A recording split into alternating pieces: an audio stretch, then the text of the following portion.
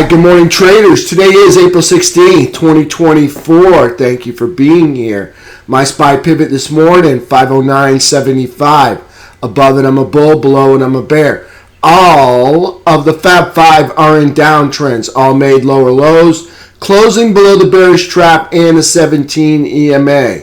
Gold, near the all-time high, made a lower low, and a lower high, closing over the bullish trap and over the 17 EMA.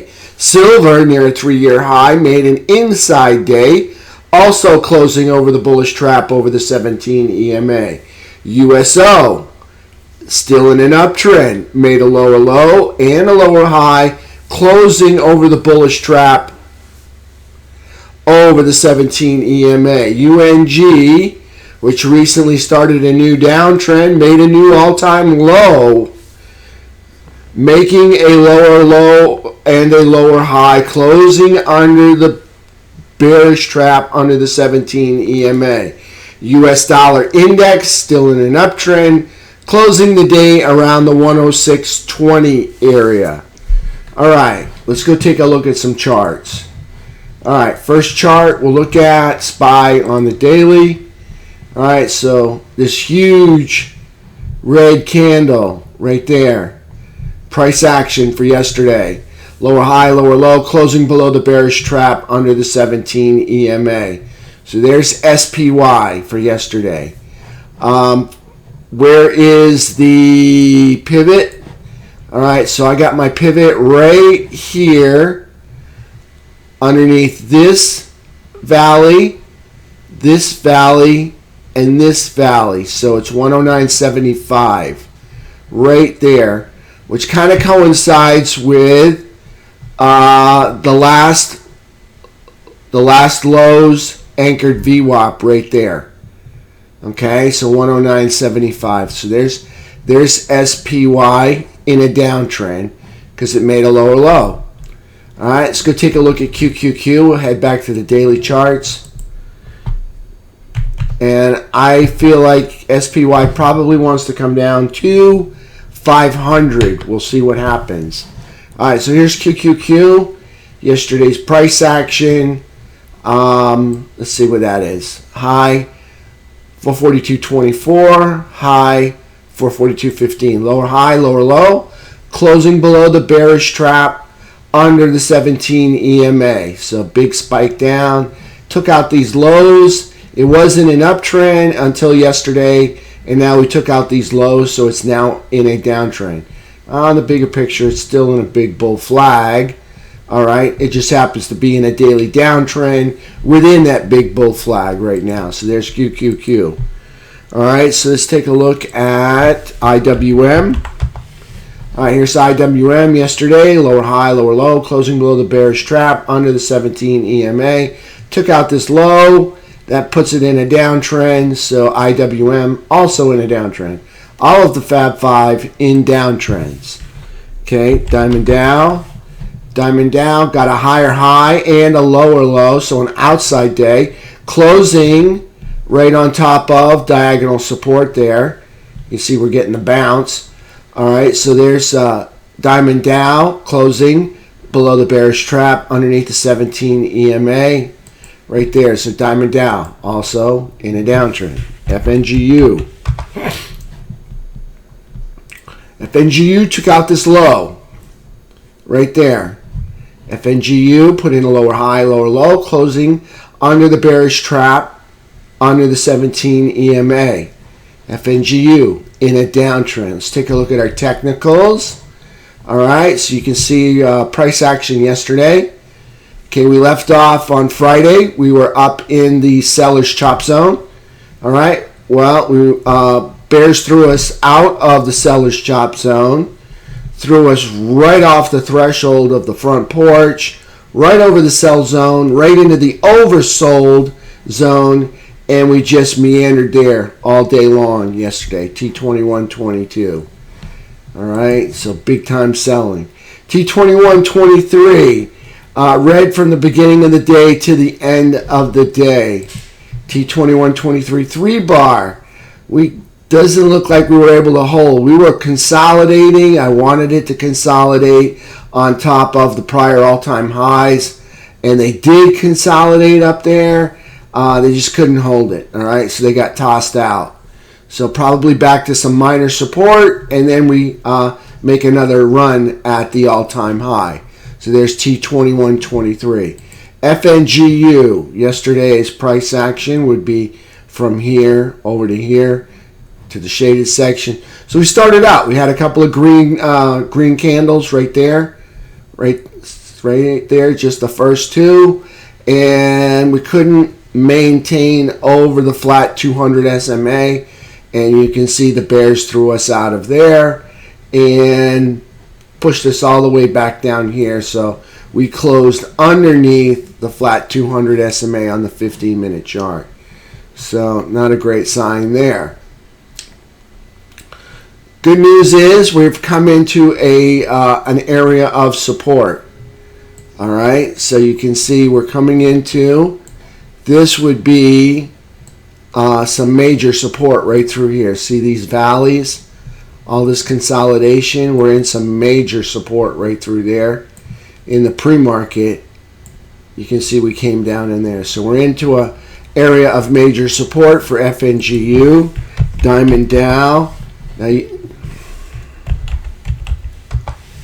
and I went back, I'll go back to Diamond Dow, and you can see, what am I doing? This is what I want right here.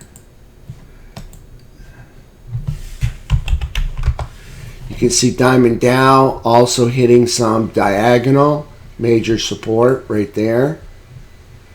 Okay, so some diagonal support, and we got some minor support. You got some consolidation right through here. All right, and you can see price action coming down to the top of that consolidation. So that would be a little bit of minor support, and that's what we like to see, pull back to minor support. Problem is on this trip up, they didn't produce any consolidation until right here. So we're pulling back to minor support and bouncing off of that. See, that's the problem with the SPY. They didn't put a whole lot of consolidation in, so it's a long way down to the last shelf. And you can see here is the last shelf right there, which is right around 546. And here's another one right here, 546.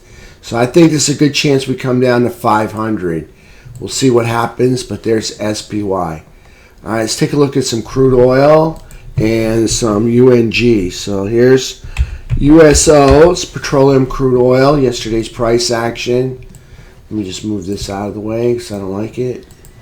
All right, lower high, lower low, closing over the bullish trap, over the rising 17 EMA. USO, still in an uptrend. All right, UNG, lower high, lower low, made a new all-time low. You can see we've never been that low before. All right, closing underneath the bearish trap, underneath the 17 EMA. UNG, still in a downtrend. Silver and gold. Silver near a 3-year high. Puts in an inside day, lower high, higher low. Closing in over the bullish trap, over the rising 17 EMA. Silver still in an uptrend. GLD also still in an uptrend. All right, puts in a lower high, lower low, closing over the bullish trap, over the 17 EMA. Gold still bullish, still in an uptrend. Let's take a look at our technicals. Take a look at XLI. All right, so here's XLI. Putting in a lower high, lower low, closing underneath that 17 EMA. XLI still in an uptrend, hasn't broken this major support right through there. Okay, has rolled over, but still in an uptrend. XLI, XLF is in a downtrend because we broke this low. Put in a lower high and we made lower lows. So here's XLF, lower high, lower low, closing underneath the bearish trap, underneath the 17 EMA. So there's XLF in a downtrend. On the bigger picture, it is still bullish. because if we stretch this out, you can see it's still in quadrant 1. So it's very likely for it to pull back to minor support. All right, so that's this shelf of consolidation right through here.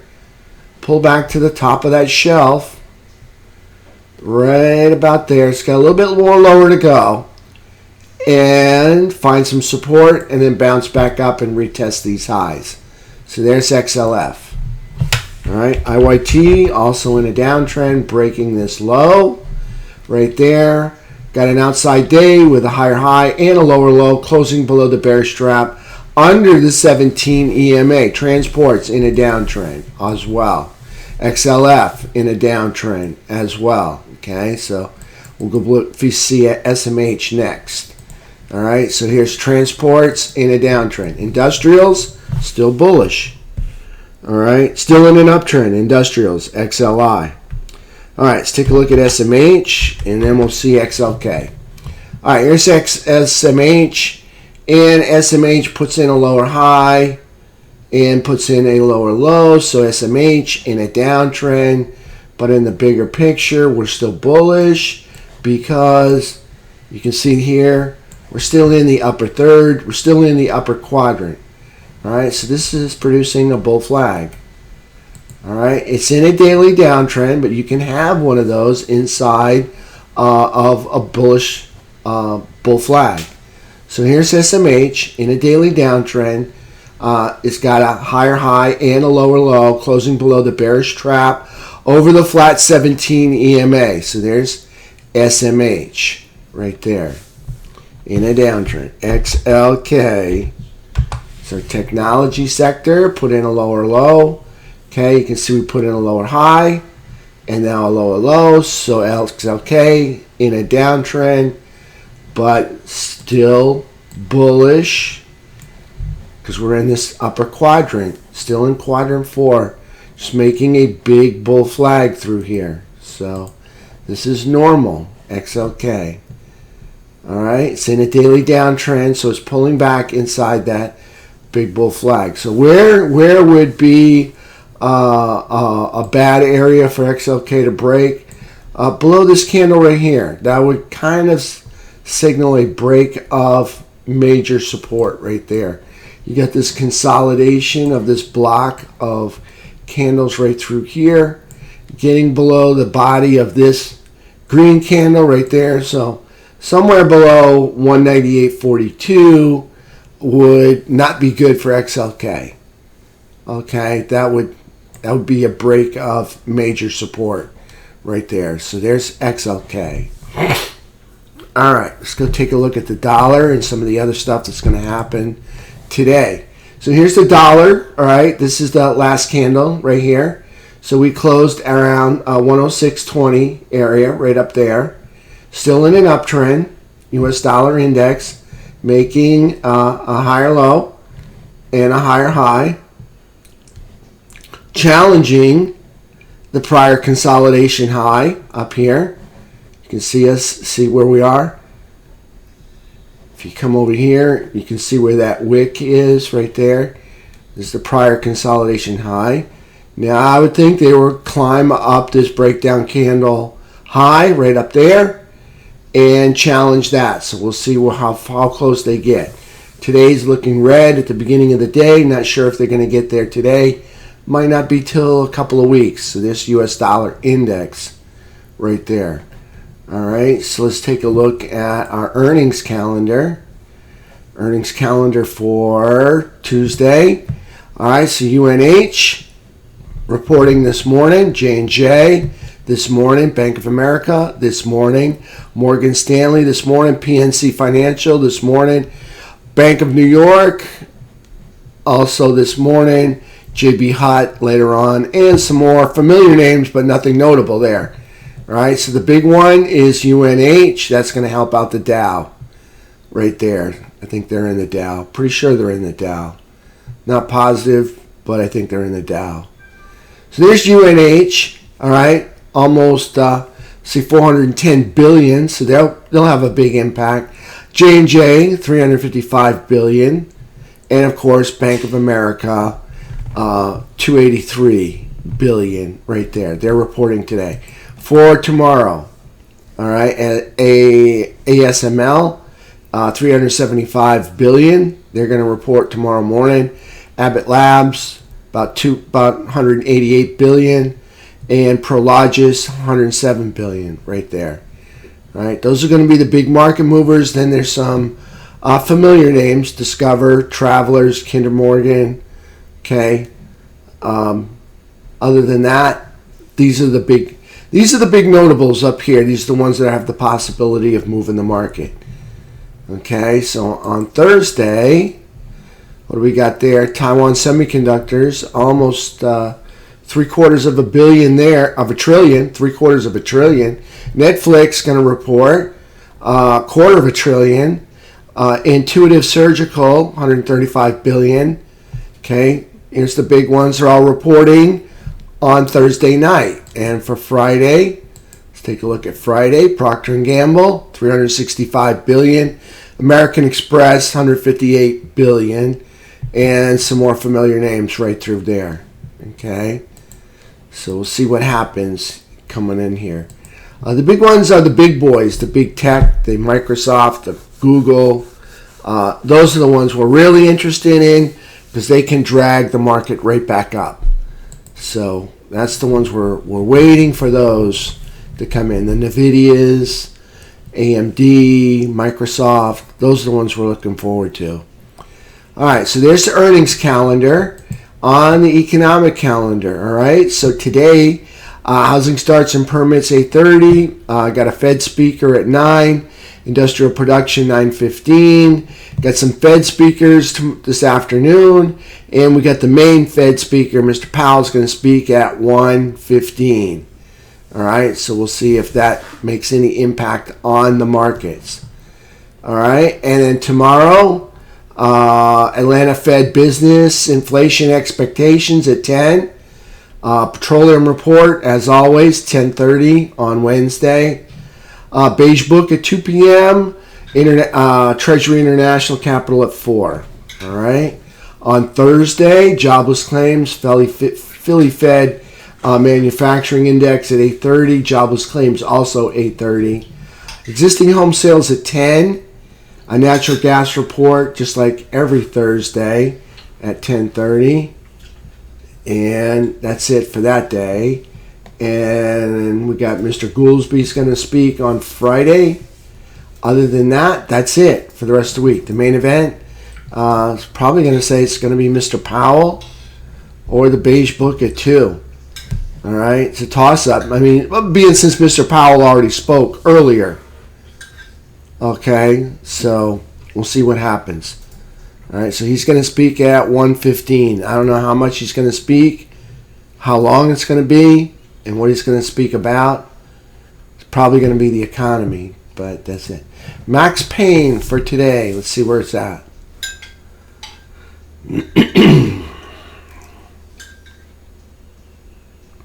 Here we go.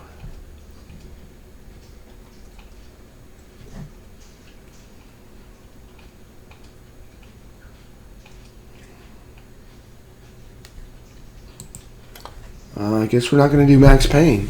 Oh, here it comes.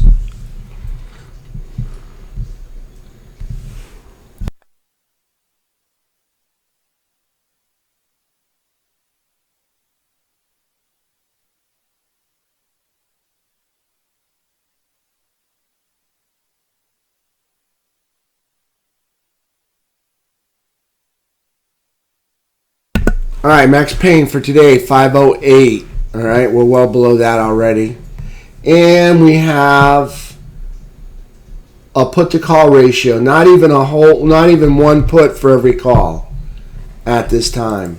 All right, so that's what we got there. All right, now I'm going to speak about an email that came to me yesterday, and I want to answer the questions on that. So I'm going to pull up my email so I make sure I understand the questions. And what was my strategy yesterday was bear call credit spread, okay? All right, so yesterday's strategy SPY, because that's the one I trade the most, was a bear call credit spread. Yes. All right. Now, in the bear call credit spread, all right, I sell on the same expiration date.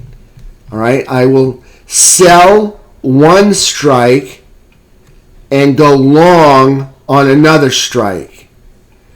Okay. So on the lower strike is the one that I will sell. All right, so if I sell, I would have sold 514s, and I would have been long on the 516s. That's a bear call credit spread. You sell the lower strike. All right, and what I get is a premium for the difference from selling those two, as long as I get to keep the whole premium. Price closes by expiration date underneath the short strike. Okay? But it's going to cost me the purchase of the long strike in order to keep that premium. All right? So if I sold the short strike for, let's say, 50 cents a share, or sometimes referred to 50 cents a contract. Remember, each contract is 100 shares. So I would have sold it for 50 cents. Let me pull up my calculator and make sure I do this right. Okay. So if I sold it for 50 cents, all right, so that's 100 shares times 0.5. All right, so that entitles me for $50 worth of profit, worth of gains from selling that short strike. Okay, but I can't sell naked calls, so I have to have something long with the same expiration. So I would have received $50 for that. But the point is it cost me. It cost me the cost of the long strike. Now the long strike would have been 0.25. So for each contract, that's 100 shares times 0.25. So that's $25. All right. So I would have made on that spread of the short strike and the long strike. It cost me $25 to make $25, but it was the easy $25 because the market was in such a downtrend, there was no chance of it ever getting back to 514, being since it moved over one full 10-day ATR. All right, so it moved well over $7. So the chance of it moving another $7 all the way back up are slim. All right, and we had a lot of resistance for it to climb through in order to get back up. So that made me feel confident about selling 514s for 50 cents. So that's a bear call credit spread. So what I received was, for each spread, I received $25 because I sold the short strike for 50 cents, bought the long strike for 25 cents. All right, so I received a credit of $25 for each spread. So if I did 10 of them, all right, if I did 10 times 25, that gave me $250 as a credit to my account. Now I get to keep all that money as long as I don't shut it down early and it closes in the money, in other words, below 514, my short strike. Okay, so that's the bear call credit spread. And that's what I used yesterday. So I'm selling the shorts, I'm selling the lower strike and buying the longer strike. Because I can't sell naked calls, so I've got to have something long, so I'm long the higher strike, which costs me less money. That's the bear call credit spread. Okay, the other one, the other part of the question was, how do I calculate anchored VWAP? I don't calculate it, okay? It's already calculated for me. And I think that question refers to probably more than why do I place my anchored VWAP? I think that was probably what that trader meant to ask is, how do I know where I place my anchored VWAP? Because anchored VWAP is calculated based on the average price that each share sold for since the point that the anchor was set for the anchored VWAP. All right, so what it is I think he or she really meant was, how do I know where to put my anchored VWAP? All right, now I like to put my anchored VWAP on lows, so I have one here, and highs. Okay, so we have a triple top high right here. One, let me get out my drawing tools. Okay, this is where I like to put my, trash that. Let me get my blue arrows. Okay, so we have a triple top high. 1, 2, 3. So I like to put my anchored VWAP on the end of the triple top high. So that'd be the last peak on the triple top high or a double top high. So I got one anchored there. Okay, we have another triple top high right here. 1, 2, 3. I have another one right there. So I've got one here and one there. Okay, and then I've got one on the low from last week, right down here. Okay, and those are my anchored VWAPs. My other ones, okay, are on lows. And let me see if I can find them for you. I'm going to go out to the daily chart. Okay, so you can see where they originate.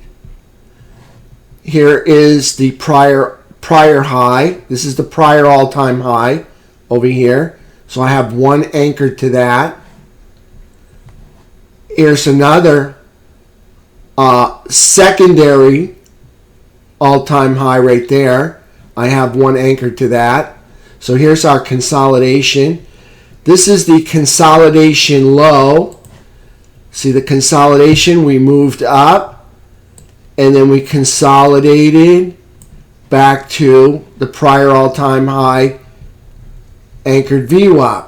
So here's the consolidation where we had 1, 2, 3 waves down. 1 wave, 2 waves, 3 waves. So 3 waves down. This is the consolidation high up there, or the previous all-time high, and the consolidation low. All right, so I put one here. You can see that's the green line. And then I put one here at the consolidation low. So here's the consolidation high, which was the secondary high. I got one there and one there.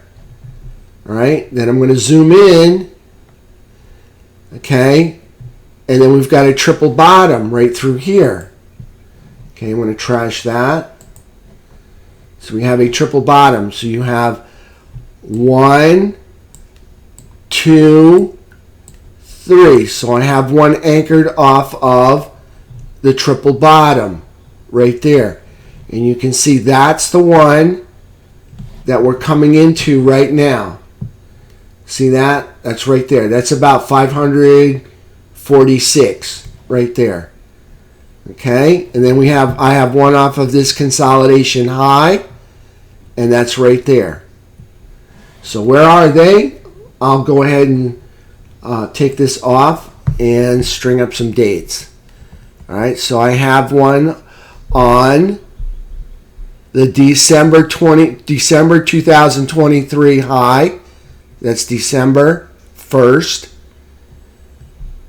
Okay, I have one off of the consolidation low, the triple bottom low right there.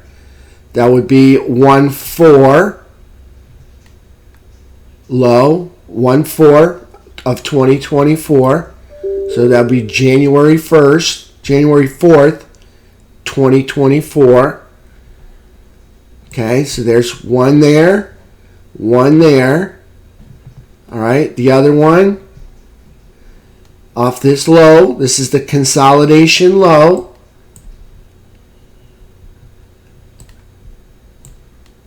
All right, so that would be the October 27th, 2023 low right there. All right, I've got one on the, just want to make sure I get it. All right, looks like the 7/27/2023 high. All right, so that's July 27, 2023 high, and the prior all-time high, which is up here. Okay, that would be January 3rd, 2022 high, right there. So that's where I have them anchored. So it's calculated based on the price action. I don't have to calculate anything. I know he asked it. She asked, how is it calculated? It's calculated based on price that's sold at that number, and then they take the average, and that's why they call it volume weighted average price. So it's calculated based on that. And I think what they really meant was, how do I know where to put it? Okay, so there it is. All right, I hope that answers your questions. Okay, so this is on the recording for today, so you have, you can go back and translate it or review it at any time. Okay. Someone asked, on the 0 DT bear call credit spread or bill pull spread, is $1 spread preferred? Yet tighter spread is preferred, but the tighter your spread, the lower the premium. Okay? You got to find something you can live with that's going to give you enough premium. All right? But at the same time, you don't want a wide spread in case you get overrun. Yeah. The $1 spread, now for yesterday's tactic, which was a, believe it or not, a bull put credit spread, and yesterday's strategy was this. Okay? I placed 0 DTE, all right, bull put credit spreads. All right? And I took directional I took directional puts. So I bought 514 puts, 0 DTEs, and what I wanted was for price to run through the bull put spread. All right? In other words, and to offset the bull put directionals, I had sold 510 puts that expired yesterday and bought 509 puts that expired yesterday. Now, as price comes all the way through, the 509 puts now begin to gain in value. At the same time, the 510 puts begin to lose value. All right? But remember, I've got the 514 puts running with me. So if I have, let's say, 10 of these, 5 spreads, now I've got 15 shares as price drops through But on the flip side, I'm losing 5 contracts that I sold at 510. But I wanted it to run through so I wouldn't have to manage it. In other words, I now have not only 5, but I've got not only 10, but I've got 15 now working in this direction, but I've got 5 contracts working against me. So that was so I could do the 0 DTE contracts, was for price to run through it. And if it didn't and it bounced, well, then I just capture the bull put credit spread, which would have been a good thing. And then I have to manage the other ones. Hey, welcome. Simon Grace? Yeah. Do you let the expire worthless? Well, yesterday's bull put credit spread did expire. It actually cost me money, but I didn't have to take profit on my 10 puts as each time it dropped, in fear of price rebounding back away from it. So this expired and I lost money on it, but I lost money on the 510 puts that I sold short, but I gained money on the, I had gains on the 509s that I held long, in addition to the 514 puts that I also had long. Okay, it was a different type of a strategy in which I could stay in it without having to worry about taking profit into the big bars and then reloading later on. Hey, good morning, Chip. Yeah, yes, I did. I took a lot of it to the end of the day. Yes. All the way to the end of the day. And you can see yesterday's price action, with the low of the day was at the end of the day. Yes. Yes, T. So the end of the day was the low of the day. Yeah, took it all the way to the end of the day.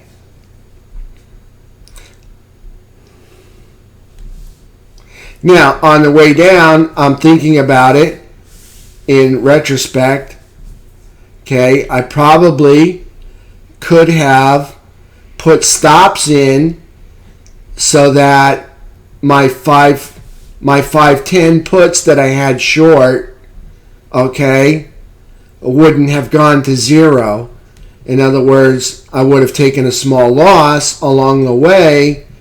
But keep in mind, those 509 puts would have been gaining value as price kept dropping. So that's a different. It was a new strategy that I came up with over the weekend, and I'm looking back at it, and I probably could have put stops in for those 510 short strike. The 510 put contracts that expired at the end of the day. But if you do that, that's another flip side. What if price bounces at 509 and comes all the way back up here? Then you won't get the credit for the bull put spread. So it's like a 50-50. For me, the win was to have price come through. So. Hey, Iceman. Welcome to the room. Alright, so that's it. So now I'm going to render my video so all may watch it. And I'll take questions in about 20 minutes here before the market opens. I still feel like price is probably going to come down to 546. It may not get there today. Okay, probably consolidates. Probably all day. I don't think it's going to bounce, all right? But I do think it's going to consolidate. All right, so I'm looking at possible consolidation all day. I think that's what we're looking at. So time might be the thing to sell today. So think about that before the market opens. Kind of pick a spot over anchored VWAP. Maybe think about that and just sell time, because it would be normal after a big move for price to consolidate. All right, so think about selling time today. I don't know if it'll get down to 500. We'll see. All right, but I think it's ready for some consolidation. Or once it hits 500, I think it's ready for some consolidation. Either way, we're getting into that area where after that big move, it's time to process everything that happened. All right. I'll see you guys in about 15-20 minutes, and we'll open up the market.